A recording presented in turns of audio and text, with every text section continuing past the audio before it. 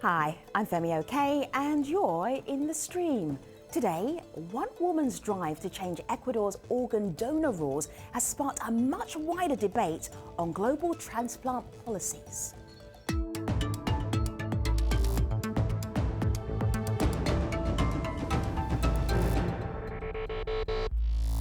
Our show today was inspired by a Twitter campaign that we covered last week online at the stream. But Malika Bilal is going to take our story from there. Malika? Yes, well, it started with this hashtag, Yo tengo derecho a donar, and that translates to, I have the right to donate. It's been mentioned online about 5,000 times just over the past 10 days, and it's really sparked a national conversation. So we want you to join this conversation. Use hashtag AJStream. I'm Gene DeClercq at the BU School of Public Health, and I'm in the stream.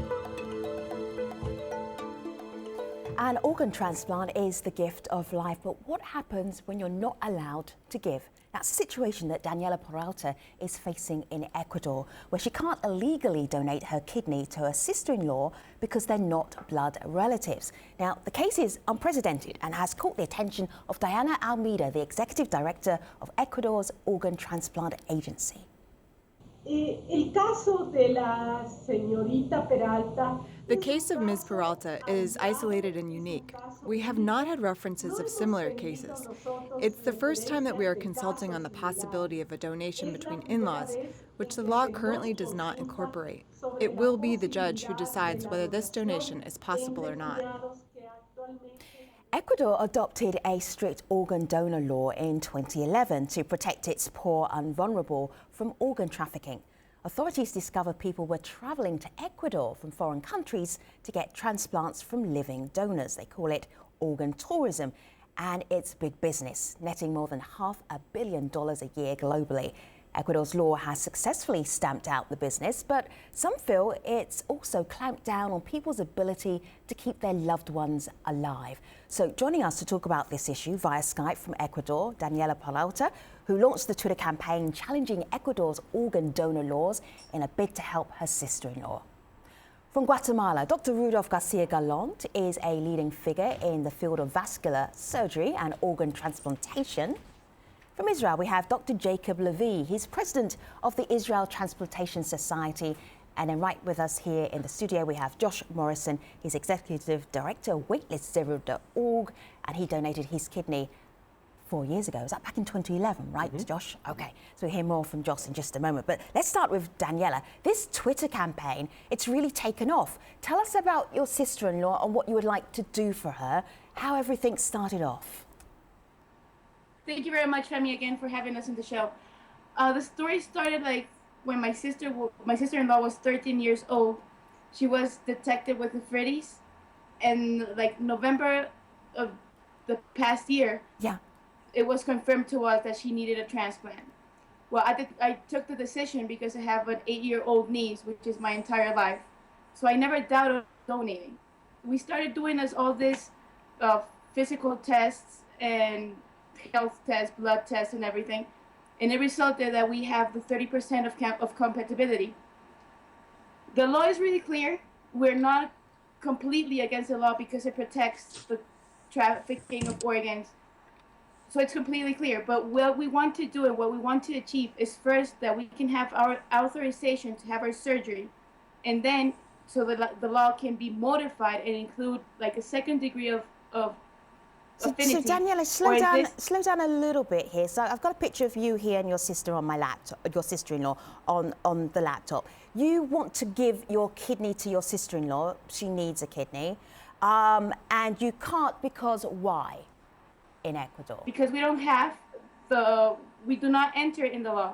Right. The law says that you have to have the 4th degree of blood relation or the 1st degree of affinity. All right. So Rudolph, in this situation where it's very clear that there's no trafficking going on, what would be the problem? Why don't people have that right to give? If they want to give, they're not selling an organ. Why are these laws in place, regulations, restrictions? Well, I think several of the Latin American countries who have been victims of transplant tourism during the past decade, because I think most of them have really taken action as of 2010, 2011. But if they look into this past decade, a painful decade of an intense tourism, transplant tourism activity, they reformulated their laws, and in some of the countries they probably became overcautious, and so they ended up with some restrictions that should be probably reformed and removed, because this is a completely legitimate donation. This is a sister-in-law wanting to donate, and she should be and it probably will be allowed if a judge takes her individual case and looks into it. Sure. Jay, I see you nodding your head there as well, that you have no problem with the legitimacy of a sister-in-law donating to a sister-in-law. Well, absolutely. It's a perfect, legitimate donation. And the way we deal with such a situation here in Israel is we set up a special ethics committee, which is comprised of physicians and social workers and psychologists and legal experts that make absolutely sure that there's no coercion within the family. And obviously, there's no financial transaction within the family. And once that takes place, any living-related donor, be it of any kind, or even altruistic donor, can come forward and donate a kidney. Why not? That's a perfectly legitimate donation. Well, in talking about altruistic donors, of course, there's a lot of people online who are pretty selfless, our community. This is a tweet from Louise. She uses that hashtag that Daniela popularized, and she writes, "Everyone should have the right to donate. There are not enough organs to go around. So Josh, one of these people is you. You selflessly decided to donate your kidney. What made you make that decision? Well, first of all, I should say that it was a great decision. One thing is just that it made me incredibly happy to save someone's life. And I learned about it reading a magazine article by someone who needed a kidney, and 4 different people had said yes and then kind of backed out. And I could kind of really imagine her struggle. And saw that there are risks, but they affect fewer than 1% of people who donate. What are the risks, Josh? So basically, the biggest risk is that so most people, at least in the U.S., have about a 3.2% chance of developing kidney failure at some point over their lives. Okay. Kidney donors have a 1% chance because they're healthier to start with. Right. If they didn't donate, they'd have about a 0.1% chance. Okay. So that's the biggest risk of donating. There's no decrease in your life expectancy or anything like that. Mm. How did you feel after you donated your kidney? Yeah, pretty good. I went home actually the day after, so I only stayed one night in the hospital. Okay, and you could walk okay? Yeah, it was the first night at home was a little bit difficult, but after about a little bit less than a week, I was done taking prescription painkillers, and then a couple weeks later, could stop taking Tylenol and things like that. And so you read about this story and you thought, I want to help. Lots of people want to help, but you actually had your kidney taken out of you. Okay, I'm kind of squeamish about even walking past the hospital, let alone voluntarily saying, hey, you can have that thought process. Are you just a special kind of person? I don't think I'm that special of a kind of person. I think that, I'm someone who's fairly ordinary who wanted to do something extraordinary. I sort of call it my personal Mount Everest. It was something I really wanted to do. Awesome. Thank you. Yeah. And I don't think that my decision was any better or worse than anyone else who donates to a family member or anyone else. Yeah. I think it was something that made a lot of sense for me, and it felt really good, and it turned out to be a really great decision. Yeah, Daniela, for you, it makes it more an obvious decision if you're doing it for somebody who's in your family. Do people still are they curious about why you would actually want to give your kidney away? Yeah, I have had a lot of questions with people telling me, like, what happens if your mom needs a kidney, or what happens if your dad, or I don't know, if you have kids in the future. Well, what I tell them is that my opportunity to save a life is right here, right now. And if I'm considered a special person for doing this, well, life will give me another special person for us if we need it sometime. Sure. CJ, Daniela and Josh here, they're incredibly convincing, this idea of being altruistic, but the reason why there are regulations, laws, restrictions is because organ donorship isn't that simple. We talked about organ tourism, organ trafficking in the introduction to this show. What's the worst case that you've heard of that gives us an idea of why these laws may be actually quite legitimate? Well, if you want to hear the worst case that I've heard of, I'm a cardiac transplant surgeon, a heart transplant surgeon. And the worst case I heard took place some more than 10 years ago, when a patient of mine who was on the top priority list for heart transplantation and waited for more than half a year in my department, and we couldn't find a suitable donor for him, came over one day and told me that he was told by his insurance company to go over to China, as he was scheduled, listen to this, Femi, he was scheduled, that's what he told me, to undergo heart transplantation in a 2 weeks' time. And I looked at him and asked him, how come they can schedule such an operation ahead of time? And he told me, I'm not asking, that's what they told me. And the guy went to China and got the operation exactly on the promised day. Now, the reason they could provide this operation on the pre-scheduled date is because the source of the organs, until recently, and most probably even today, in China, in most of the cases, are executed prisoners and prisoners of conscience who are executed and their organs are being sold. Listen to this, sold to any transplant tourism from all over the world who gather to China and to get organs. Now, that's only an example of what Rudolf told you at the beginning. Wow. Transplant tourism, which is a multi-billion-dollar industry. And this is the whole idea that we at the Declaration of Istanbul Custodian Group, which both Dr. Rudy and I belong to, trying to block.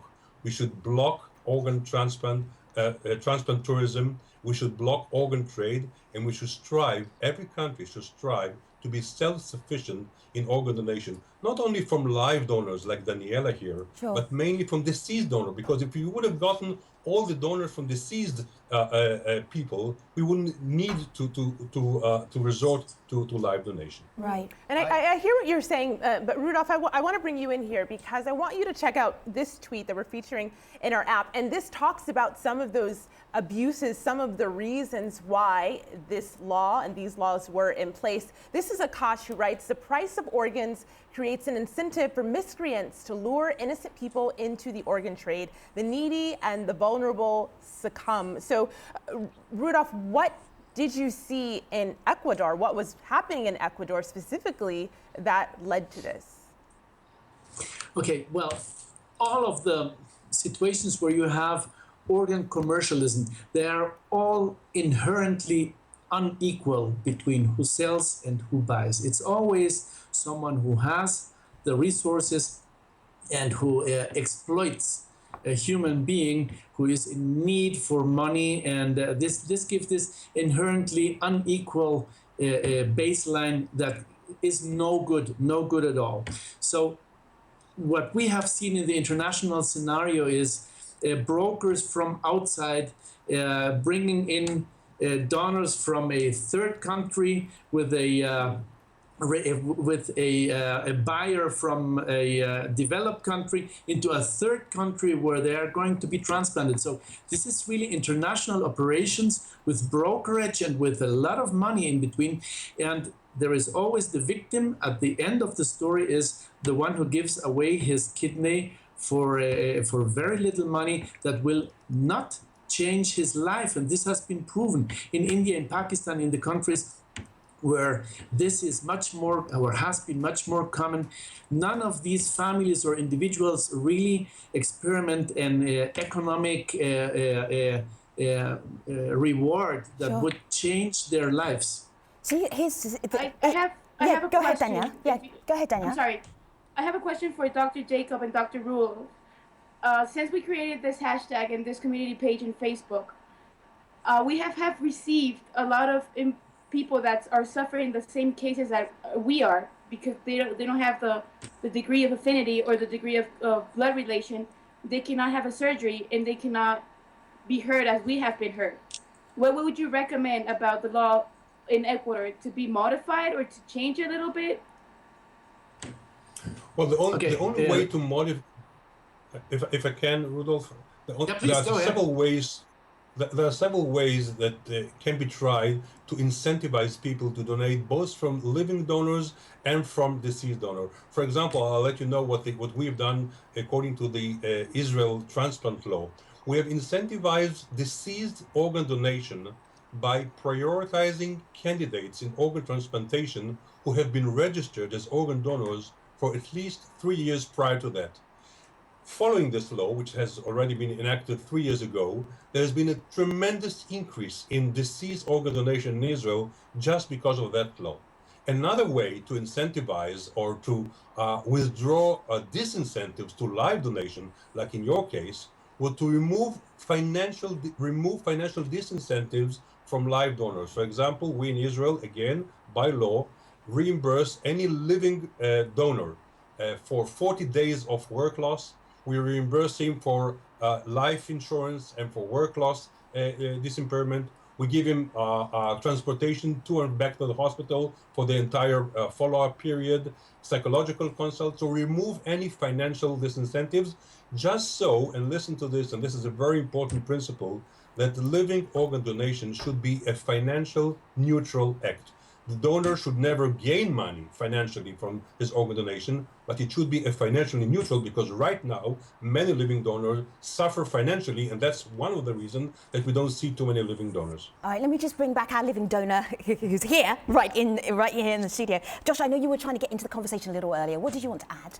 Oh, well, I wanted to say that obviously, transplant commercialism and organ trafficking is terrible, but I really agree with Daniela that people who want to donate, especially people they know, should be able to do that. And in the United States, when you donate, it's a sort of case-by-case determination that transplant centers make to make sure that you're fit to donate and that you're not being coerced. Yeah. And I think that we have to help, make sure that all the countries in the world can get their programs up to that point. And I think that, since a lot of the demand for organ trafficking comes from the developed world, it really is our responsibility as nations like the United States to help build these transplant programs in other countries to the point where we can make sure that you don't need to have this oversimplistic law that prevents real heroes like Daniela from saving the lives of people that they love.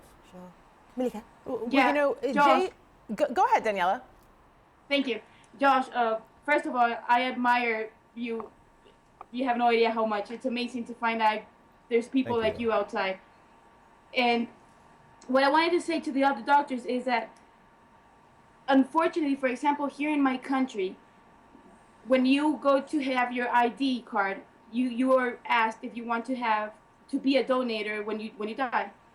A lot of people say yes, but as we have talked to the Ministry of Health here, the problem is that out of 140 people that die, only 50 people are really donors because the family don't let them touch the body. It's amazing. It's really bad. Let me just go back to hold on, gentlemen, just 1 minute, because the community are really fascinated by the conversations. They're trying to jump in as well. Malika, go ahead. Well, especially about a point that Jay made earlier about why we don't pay living donors. People online actually really have a problem with that. So this is one tweet from Gift of Life. They write, "I can be compensated as a blood or an egg donor, but not for my liver or my kidney. Where's the fairness?" And another person has this view. This is Daniel, who says legalized organ sales would eliminate the black market and they would increase the supply as well as the safety of organ transplants. So Rudy, would you pick up on that? And why you're not? Okay, no, but why? Rudy, would you want to go? Go ahead. You can tag team, doctor. So let's start with Rudy and then we'll go to Jay. I feel you're both saying no. Let's hear two versions of no. Rudolph, you go first. Well, first of all, I think regarding what Daniela said, we would have much more families saying yes to donation if our health authorities would really look after educational campaigns and so on. In the developed countries, we hear a lot about organ donation. In our Latin American countries, there is much less involvement that would teach about this. So when a family, for the first time in their life, become confronted with the question of if they donate, when they are already standing in front of a dead, loved family member, there are many mixed reactions that probably will lead to the decision to say, no, don't touch the body of my loved one. But if all these families would have a lot of previous education and children in school, if we die, we can donate, we can prolong the life of others. We would have, like in Spain, for example, 35 donors per million population, as opposed to Ecuador, where after hard work, they have been able to raise it from 2 per million to nowadays 5 per million. But if they would only be able to raise it to 10 or 12 per million, they would have hundreds of additional organs that they could give to all their patients on the waiting list. What they need. Let me just Yeah, hear, okay. because we're rapidly running out of time in this part of the show, then I'm going to take you to the post-show. But before we get there, Jay, I'm really curious as to the idea of formalising a market for organs. That was something that made you very upset. Why?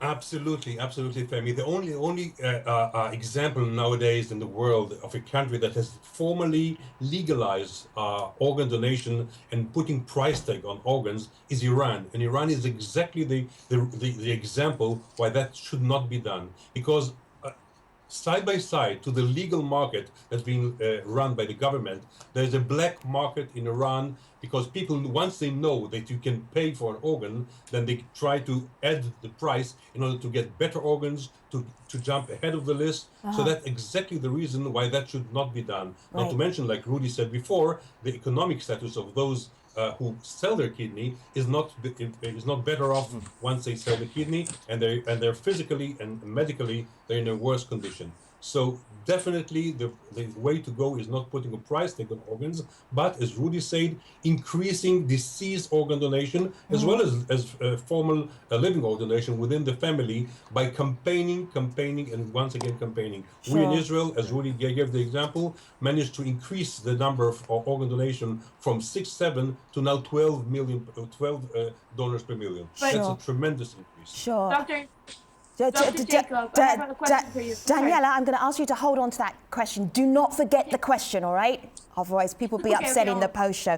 We spoke earlier this week to Diana Almelda. She's the head of Ecuador's transplant agency. We were really curious as what will happen to Daniela, her sister-in-law.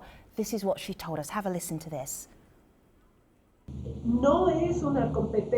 It is not the role of the Transplant Institute or the Ministry of Health to reform the law.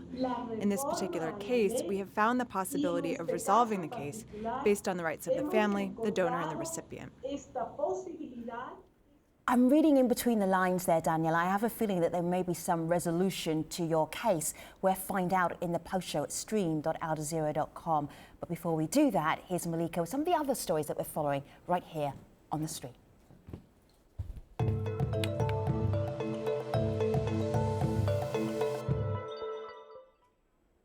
We start in Chile, where a once quiet volcano is erupting and lighting up social media. Located in the south of the country, the Calbuco volcano erupted on Wednesday after being dormant for more than 40 years. While some commented on the beautiful images shared online, others talked about the state of emergency declared, which forced thousands to evacuate. Kit Mitchell writes, "My heart goes out to all the families that have had to evacuate their homes today." Well, next to Singapore, where this video has sparked a discussion on domestic employees and the realities of working families. Who is his best friend at school? Very difficult to say. Not too sure. Joseph? Joseph. Ifa. Adelina. Adelina. The I Give a Day Off hashtag campaign was launched to ensure workers get their day off. Well, some people praised the video, saying it evoked happy memories for them, but it backfired with others who say the attempt to promote workers' rights has also shamed working mothers in the process. Yangees commented on YouTube, "It's true that they did shame the mothers. I don't know whether the point about maids needing a day off was clearly made."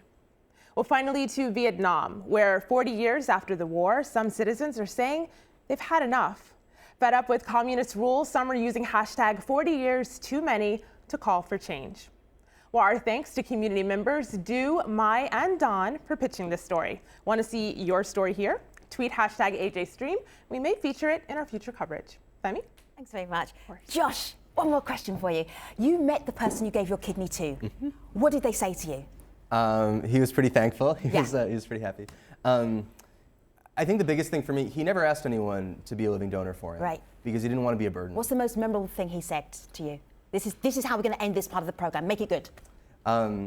He said the first time he was on dialysis, it was so painful that he told his mom he didn't want to ever go back, that he'd rather die. Thank you so much, Josh. Thanks for all of our guests. See you in the post show, stream.aljazeera.com. Thanks for watching.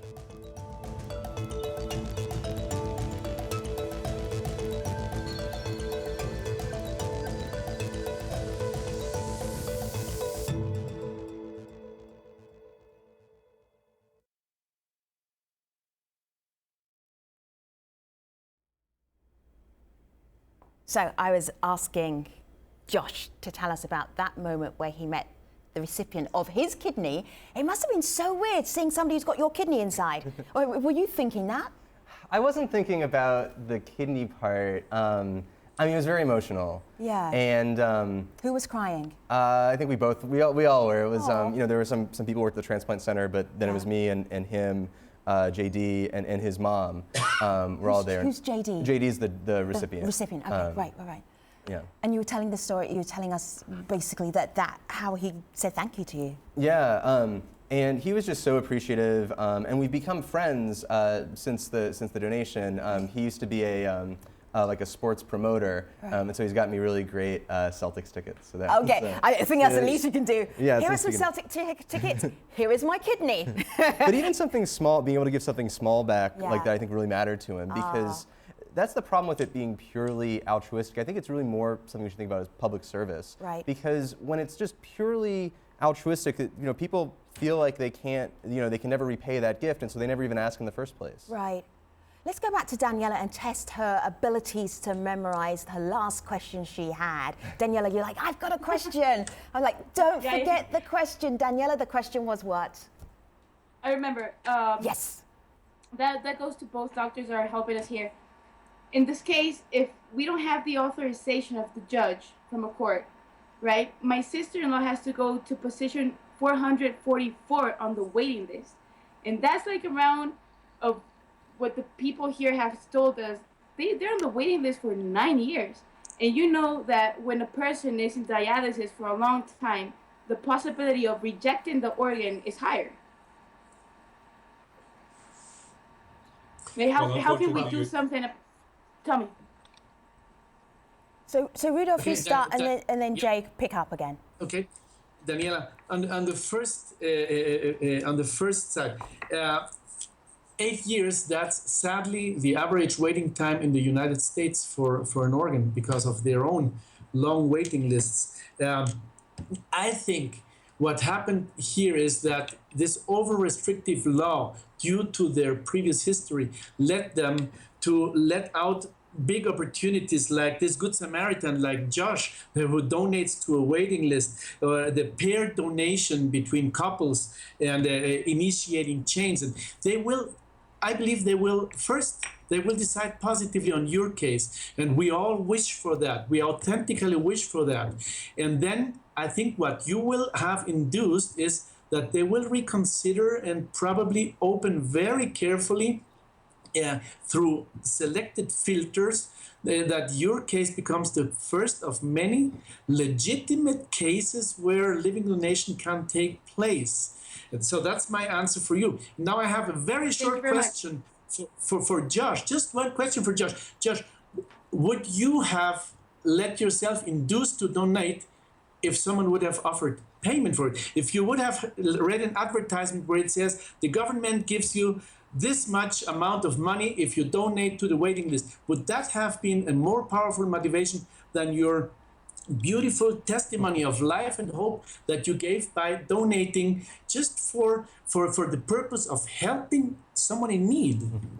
I don't think it'd be a more powerful motivation. I mean, I think I still would have wanted to donate, and you know, different people have different feelings about it. I think what the government needs to do, I think what I would appreciate is more transplant support. I mean, definitely more support for people like John on the education side and the recipient side, but also more support for donors in terms of, like Jay was saying, paying lost wages, removing the financial disincentives, but also providing health insurance and you know, stipends to ensure follow-up care and study. Okay, and Jay, I know. If I can interject very quickly here, there's been several surveys, both in Israel, in Australia, in Canada, even in the United States, where they surveyed hundreds and hundreds of people, asking them what would motivate you most to donate an organ, and direct financial compensation was at the bottom of the list. At the bottom, people feel bad by putting a price tag on their organs. If you make it financially neutral, fine. If you prioritize them on the waiting list, that has been, by the way, came up as one of the major reasons for donating organ. And by the way, Chile has recently adopted the Israeli law and has put the priority on the waiting list similar to Israel. But definitely, if you ask people, are you willing to donate organ just for money? the majority of the people in most Say no. Western countries say no. But that's because they're in most Western countries, Jay, right? Let me just show you something here, just show you where the illegal trade in organs is. I'm not going to show you, Jay, because you know this already. But the areas in red are where most people are donating their organs from. And then the areas that are in blue are where the recipients happen to be. You don't need to be a genius to be looking at parts of the developing world where people are most likely to be donating their organs. Donating, I'm going to put in slight air quotes here. Malika. Josh, this is something that you talked about that we just got a tweet from Amy on, and she agrees. She says, I don't believe people should be paid for donating organs, but having medical services covered should suffice. But with that in mind, of course, I see Jay also nodding his head yes. But I want to go to this next tweet from Zoheb, who has an idea. He says, introducing a special task force that looks into organ trafficking, as always educating the risk involved and the law. What are your thoughts on a task force? Mm-hmm. Yeah, absolutely. I think, like I said, I think the developed world, and especially the United States, needs to do more to combat organ trafficking.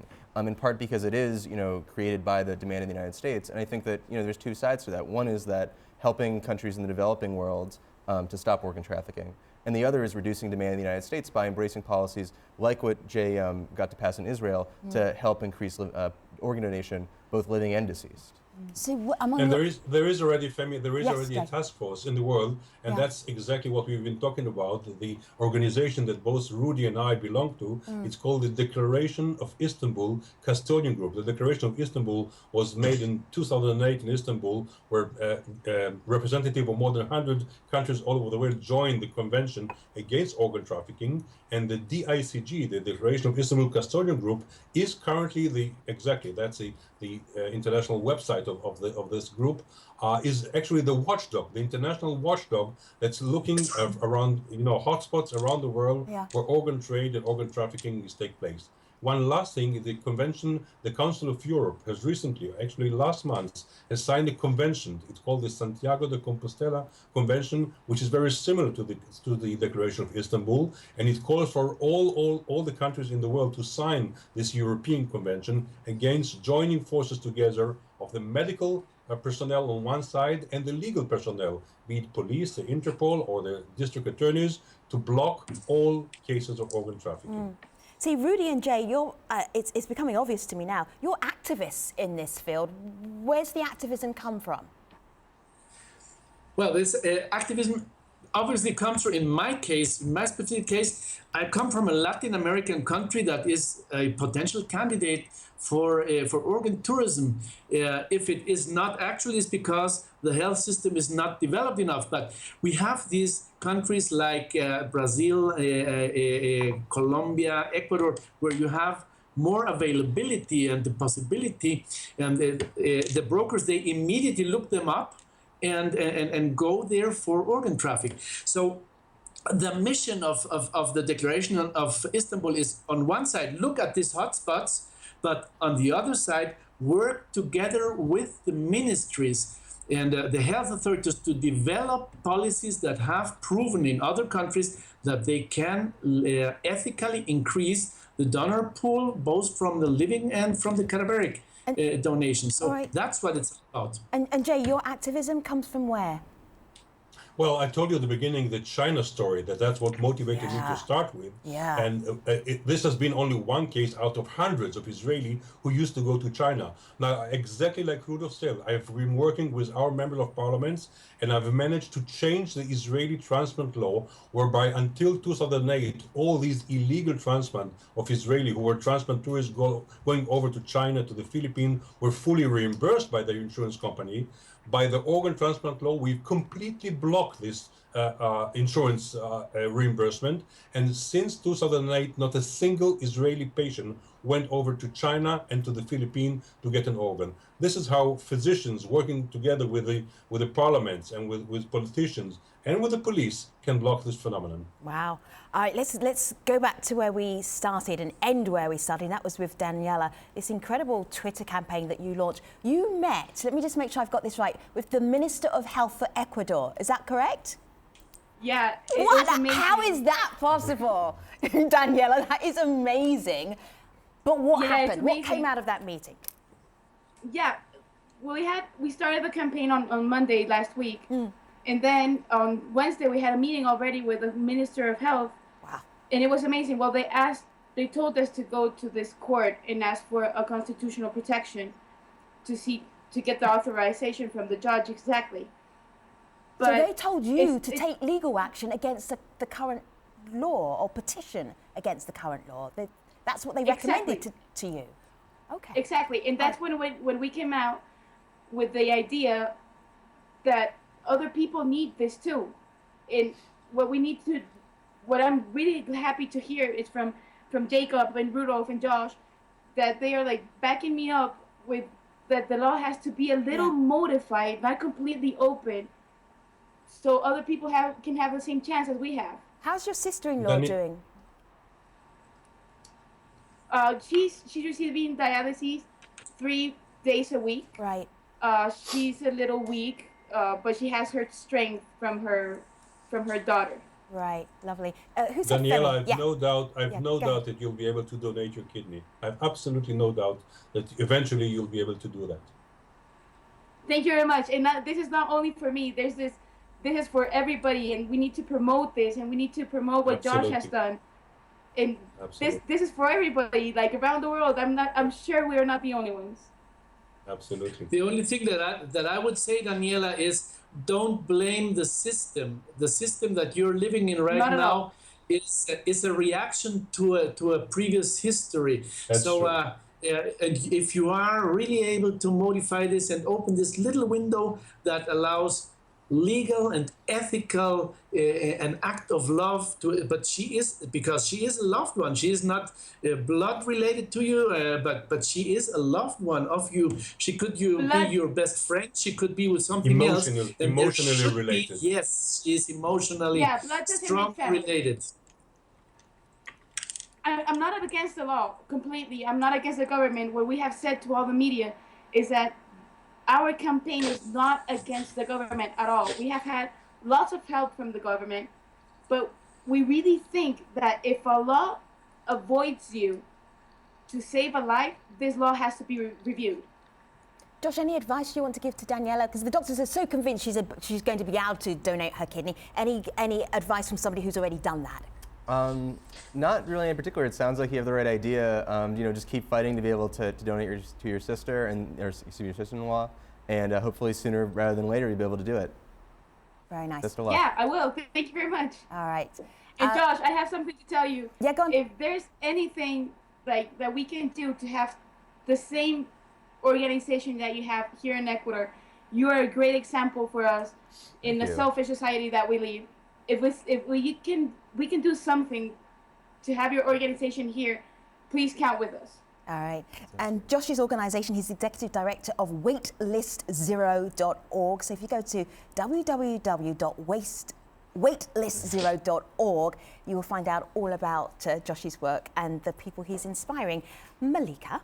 Well, ending this where we started it with that hashtag, I have the right to donate. So Daniela, there's also thousands of people online who are on your side. This is from Jaime, who writes in Spanish, we are free and able to decide what to do with our bodies. Help the family of Daniela.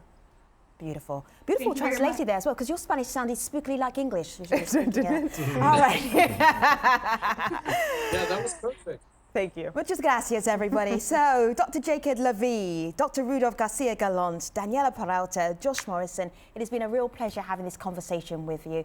You've all been very inspiring in several different ways. Thank you very much indeed. Thank you. Let me tell everybody. Thank you very much, everybody. You're so welcome. Let me tell everybody about our next show. Well, in our next show, should looted cultural artifacts return to their home countries or be displayed in Western museums? That is a very controversial subject in a whole different kind of way, and it's pegged on the British Museum's exhibit of Aboriginal Australians. We will dig into that conversation on our next AJ stream. Until then, thanks for watching.